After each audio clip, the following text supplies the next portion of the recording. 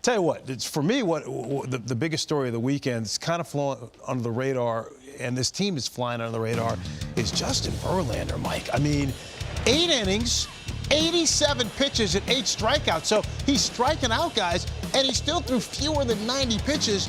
And this guy looked as good as he's looked over the last 5 to 7 years. He's also coming off Tommy John surgery. If they're going to get this kind of performance from Verlander, and Jeremy Pena's doing a nice job at shortstop, everyone wants to be done with the Astros, but I don't think the Astros want to be done with us. No, I think they're an excellent team. I actually think they're going to run away with their division. But for me, Verlander's a little bit of a different case because he's 39. Yeah. I don't think he wants to be babied with the load. He understands his body much more than, let's just compare to Hunter Green, who's such a young kid who's coming off Tommy John.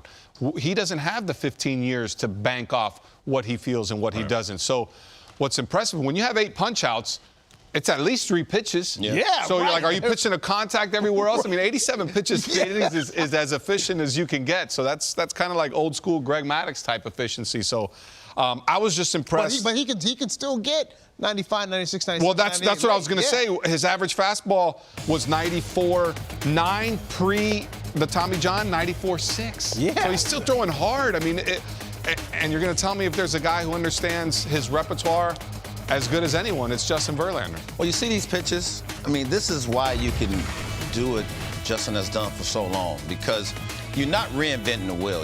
We've seen numerous guys pitch with lesser velocity and still be effective.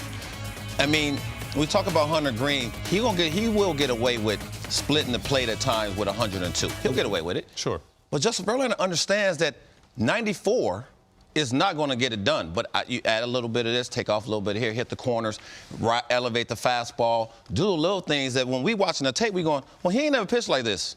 Now what we got to do, we got to go back in there and sort of reinvent the wheel and figure out what he's doing now. Right. But that's the second time. And then he'll go back and pitch 95, 96 and pull out his back pocket. So that's the difference.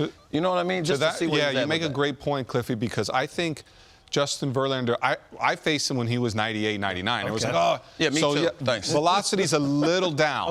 Okay. But he's done the best job of any elite pitcher that I've seen understanding the zone, because the zone has changed in the last 7 to 8 years where the high strike's being used. Right. And especially when he went over to Houston, it was a lot of the sliders and curveballs up high and using that fastball up in the zone. His numbers, I think, have actually been better in Houston than it was this last couple years in Detroit. So he's done a great job of understanding what is being used effectively and what he has that can then execute a game plan. So I tip my hat to him in more than just one way of coming back from the surgery and being as efficient as he was in his last start. But unlike most older elite pitchers, I mean, Scherzer's another guy I think you put in Verlander's category here.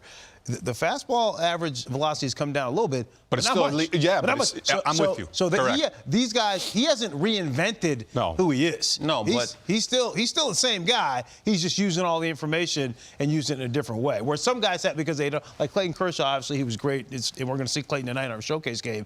But Clayton doesn't have the velocity that he used to have. He's 89. But this pitch right here is what I watch with Justin. Yeah. Like, he's perfected that. So for 94, 95 here, we think we can hit that. Right. 97, we're kind of like, nah, we might as well take that because we can't hit it anyway. Right? So when you see 94, 95, you're thinking, oh, this is a new Justin Verlander. I can get to that pitch. But it's up. And you turn around, walk back to the dugout. But also, Cliffy, they called this a ball. Right. When you were playing, right? Yeah. Now it's a strike. Now it's a strike. Right. But you have to understand that and know, can you execute that?